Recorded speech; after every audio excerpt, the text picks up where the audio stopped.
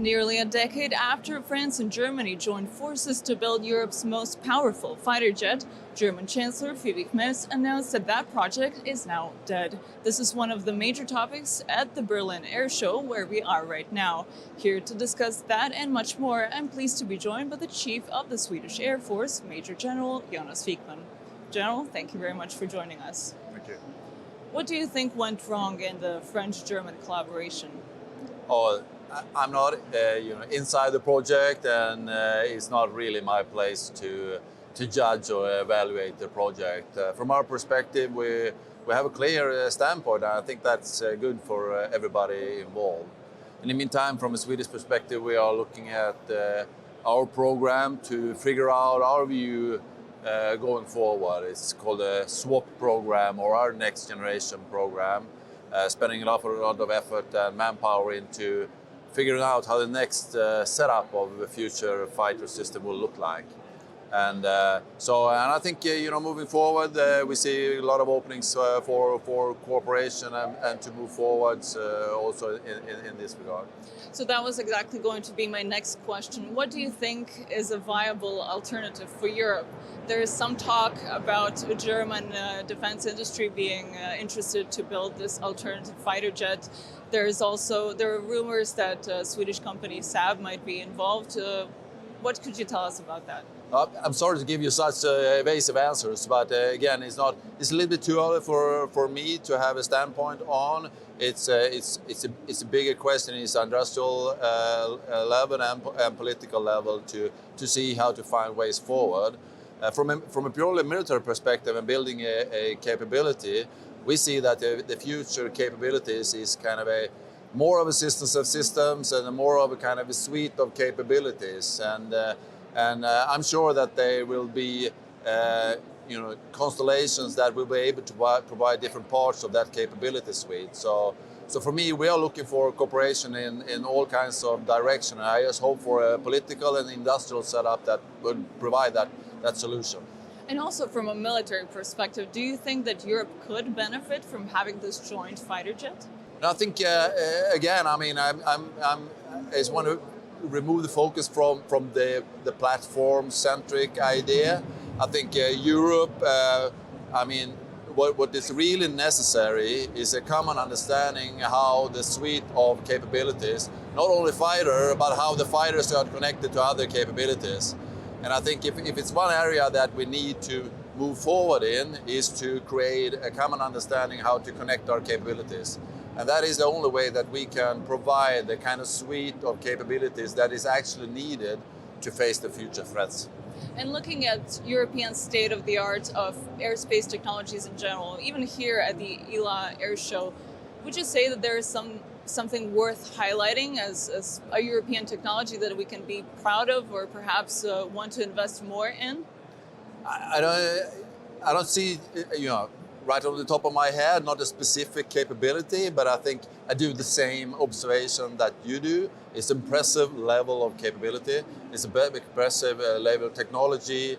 And if we have the possibility to combine the efforts from an armed forces perspective, our understanding of the threat with a partnership and a trust with the industry in Europe, we have a real potential to build what we actually need for the future. Much of this technology that we are surrounded by over here, it's meant to enhance our security and defense capabilities.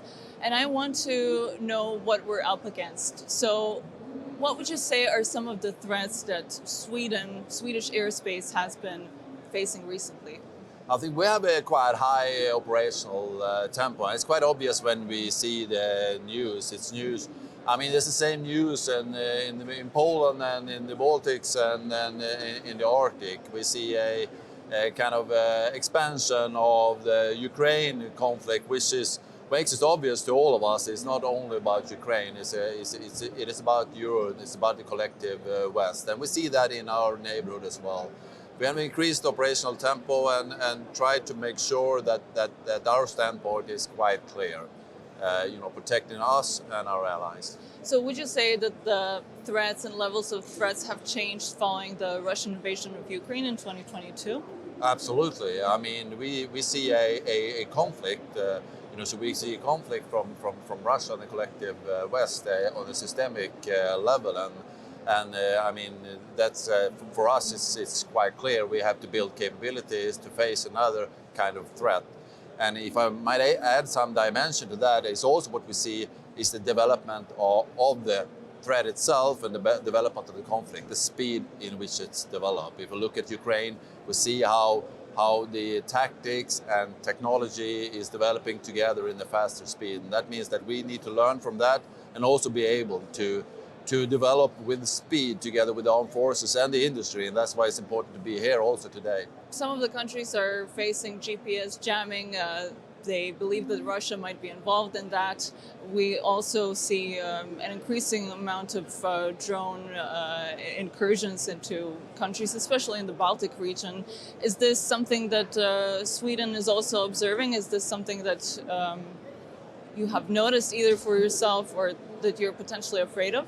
Of course, we notice. Not only notice, I mean, we are connected by friendship, partnership, and also geography with the nations directly to the border. Finland, Baltic nation, Poland, for example. We've been in operation in Poland with a fighter unit, so we are deeply involved with the threat and the what that means with jamming, with drone incursions. So that is part of our day-to-day business, and also part of what we are now developing capabilities to encounter. And do you consider Russia a real threat to Sweden? Yeah, I mean, Russia is our dimensioning threat. That is what the threat that we are developing our capabilities against. A few days ago, Baltic and Nordic leaders voiced their support for the accession of Ukraine to NATO and to the European Union.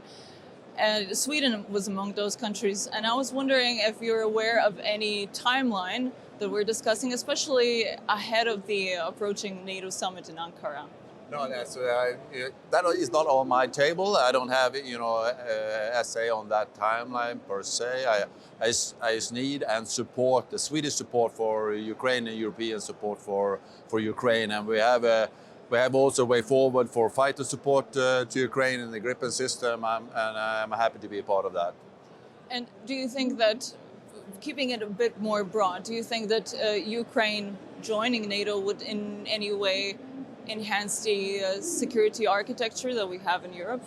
I mean, I think overall, I mean, even larger perspective, for us it's natural that Ukraine's, from an operational and security perspective, that the fight in Ukraine is a fight for Europe. So a strong connection between Europe, NATO, and Ukraine is for me obvious. What else do you think could be some of the topics on the agenda of the approaching NATO summit? I don't have the details enough to answer that question. I'm confident that the agenda points will cover a lot of the most important ways forward when it comes to security for NATO and Europe. Is there a hope that you associate with that summit, particularly when it comes to the security of the Swedish airspace? Are there any capabilities that you would look to get out of that, and any type of enhanced collaboration? Not a particular capability. I hope for a continuous, strong political standpoint for the direction that we are going, and a unity in how we view the threat. When you mentioned unity, some days ago, a while ago, the United States announced withdrawal of some troops and capabilities from European countries. How do you perceive a move like that? Do you think that it affects this unity that you just mentioned, and do you think it impacts European security as a whole? I mean, I view things from a purely military perspective. And I say, like all of us are saying, on a military level, the bonds are strong and the dialogue is open. We don't feel a distance from on a military level. And also, I think some of those capabilities is also a responsibility from Europe to build and provide, increase the security burden or the efforts for security in Europe. Sweden joined NATO in 2024. What are your first impressions, if I may ask that? I mean, there is a lot of impressions of joining NATO, of course. My first major impression was us joining and coming to NATO, what kind of attitude we were facing. Very welcoming attitude and very inclusive attitude. And I think the idea of doing it together came alive when we joined NATO. So I'm really appreciative of that. And for us, it's really important. We have chosen the path forward. We have chosen to be a security provider to NATO and try to be ambitious in our operation and in our standpoints toward NATO to make NATO stronger. So it's been a successful journey so far, very much because it's been such a great support from the allied nations. So you don't regret joining so far? I don't regret it. And what would you highlight are some of the biggest differences between before and after joining NATO? I think before, for us, it's, when it comes to operating together, we were already there. We have been operating together with NATO for a long time. So interoperability is not a big thing for us. The big thing is, of course, the shift from having plans and having an idea to protect ourselves alone, of course, with partners, but designed to do it ourselves to protect Swedish territory, to moving to a position where our ambition is to do it together with someone else, plan to do it together with allies, and protect the whole NATO territories. It's a big shift, a big move, mindset shift as well. It's growing really well, and it's been successful, as I said, so far. But that is probably the biggest change. I think many in Europe are looking towards a ceasefire in Ukraine as a hope for our common security. In the event of a ceasefire, do you foresee a role for Sweden to play in airspace in securing this ceasefire? I think for a ceasefire, depending on how the situation is set up, of course we will be part of providing security for Europe. And of course, Europe will be a part of providing security also, connected to the ceasefire in Ukraine. I think Sweden will be part of that. Mr. General, thank you very much. Thank you. And to our viewers, thank you very much for watching TVP World. I'm Sonja, Agata, Bišćan, and I invite you to stay tuned for more news coverage.